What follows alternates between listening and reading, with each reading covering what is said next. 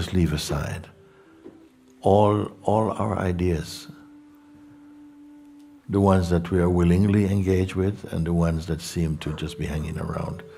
When I say leave them, I mean, don't be concerned about them. Like, just be empty. And at this moment, it should be particularly easy for you. Don't be holding on to.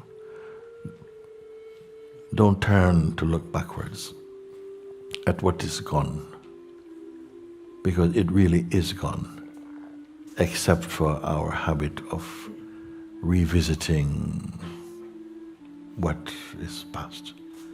So leave these things. And as I say in the invitation also, don't be concerned about future. There's no need at all to be too concerned about future. Is based upon fear. And I'm not calling you right now towards any fear. Simply be empty. Because you can, first.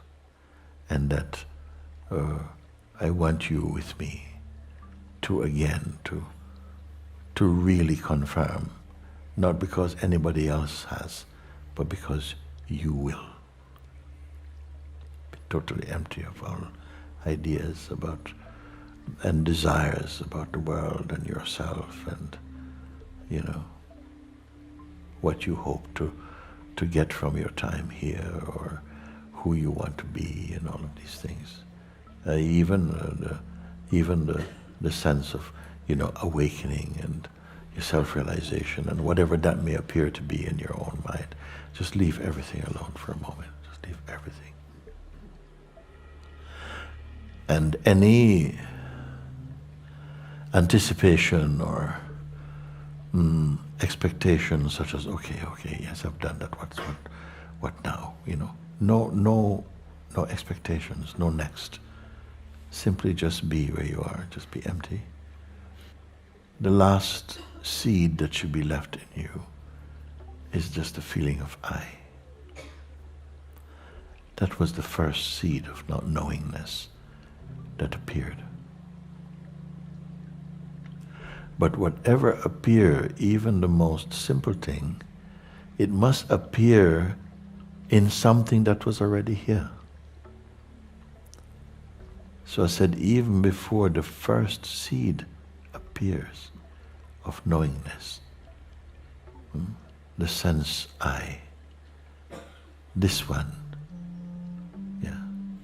this is the first knowing. Everything else is subsequent to it. So when I say empty of everything, and now maybe even just the sense of I, the vibration of knowingness, that seed of existence that we feel, I exist. Even this, don't hold it. And those of you who trust, you will come with me. So even the feeling of I, just don't hold, don't claim anything. So that there remains only that in which the I itself appear. Don't hold body and memories and mind and so on. Let these functions be where they need to be right now. But you are unmolested by them. You don't take any shape at all. Remain shapeless.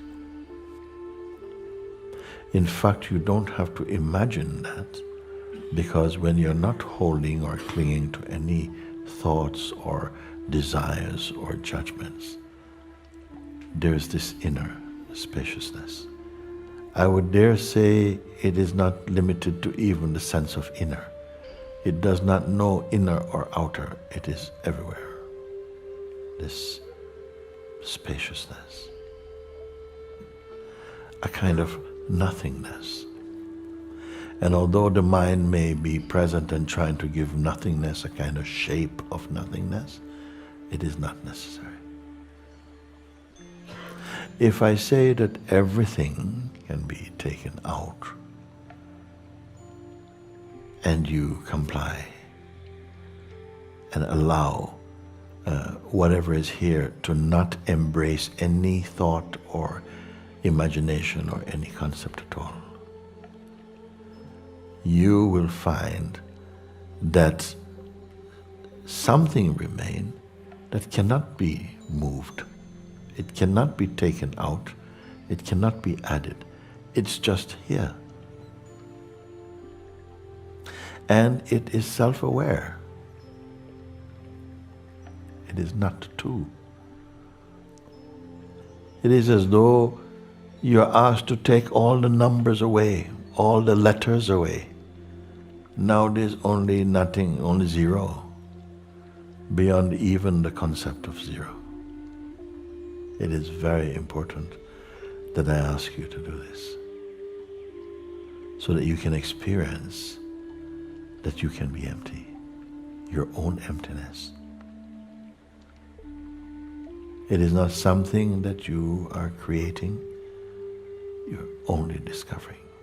This place called emptiness, we can use other words for it, but actually none of the words fit.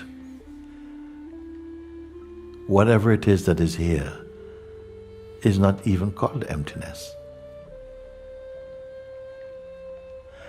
And I've asked you to come here, that I can ask and check in with you about. I've asked you to leave everything, the usual activities and habits of the mind, the beliefs and the identifications, like leave them aside. I've not asked you to destroy them, but just not to engage. And you see how easily it is to simply be here. What is this here, this here-ness? Is it about being in any particular country? What is here? What are you perceiving?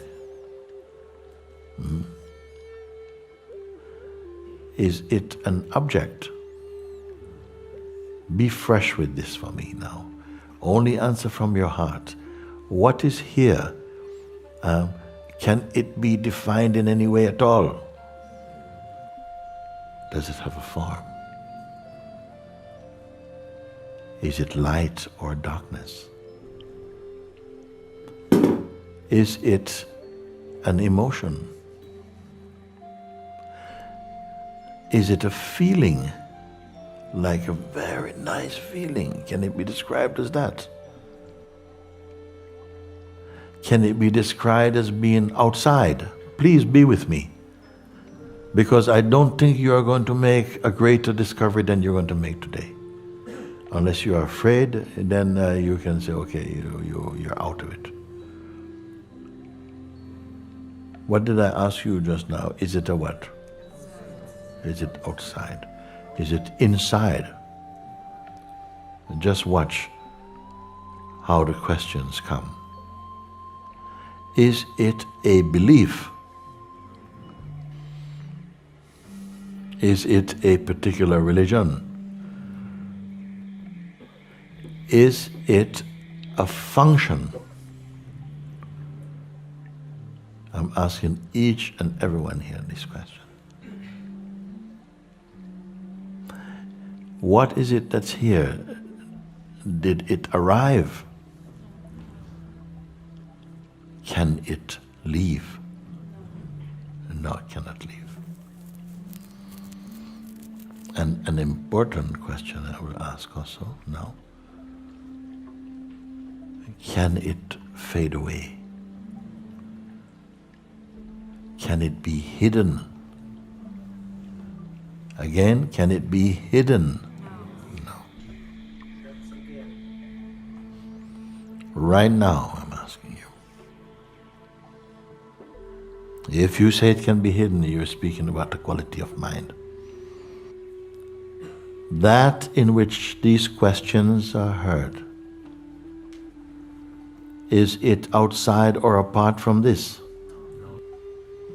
Can the mind exist outside of this? No. Whatever it is that you are aware of, can it become sick? confused, depressed? You sure you're not imagining it? Was it created? Do you feel you have the capacity to answer this question? Then can it die? How do you know these things? Who taught you? Can it be lost? Can it reject anyone? Does it know anyone? Can it be possessed? Can it be dissolved? No. What you are aware of, where is it being seen? How far from you is it? From the place, from that which perceive? How far is it looking to look into these things? There is no distance. Can you stand by your word? Always? Then if this is so, you've never studied this. You never studied this. You did not borrow this knowledge from somewhere. You confirmed out of your own self and source. It cannot die. It was not created. It cannot fade. It is unbound. It cannot be possessed. It cannot be lost. It is without mood. It was not born. It cannot die. And it is no distance. Can it change? So if these are things that you can confirm without even thinking such about it, then it must be that you are speaking about yourself. Is it still true? Is it arrogant to think like this, to know this thing, to express these things? Is it the truth for some people and not for others? Then today you are confirmed in the truth. And I love that I can share with you in this way. That it's not the product of some university knowledge. That anybody, even if you come from some poor place, you have never studied in any school or nothing like that, can confirm this. Why? Why? Because these are the things of God. And you can only know this from being in the place, not of your person, but of yourself. And yes, your mind will come. He's been called the doubter. He will come to raise doubt in your mind. Yeah, but today I'm not feeling like that. It's not. You were strong yesterday, but today. And I said, oh, but you said that it cannot change. Yeah, but I'm not in the same mood. So is it a mood? So that you, out of your own being, can confirm that authority you have. Did you speculate? Did you imagine?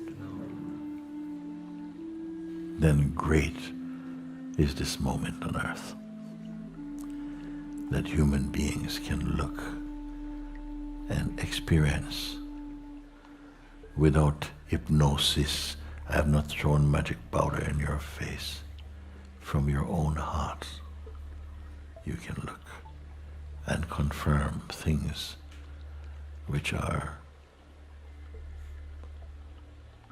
largely regarded as unknowable. Now what remains is to honor this seeing. And how to honor what you already declared that, but it is true, it is already what it is. How to honor it mean what? That your mind will come to test. And the way it will come to test is to try and remind you you're a person, because when you're in the state of your person, you cannot confirm anything. You'll feel doubtful, you'll feel tired, you'll feel, no, I'm not ready, could you give me some time to get into meditation and I can answer your question and so on. It will come. And regard its coming as a timely offering from the Lord Himself, because we each have to be tested. And you're not tested to fail. You're tested so that you can confirm the greatness and the glory of God in you. You can confirm that you cannot be lost. You can never be lost. But your person, anyway, we are changing our personalities like our clothing. We keep changing our descriptions about ourselves. But can this change? Then may your heart always remind itself of its sublime perfection. And though the forces of delusion will try to pull you into some shape, know that you are already beyond that. You are shapeless with shape. You are timeless with time. You are the formless in form. You are the all-knowing learning about itself. You are the imperishable appearing in a perishable body. Thank you.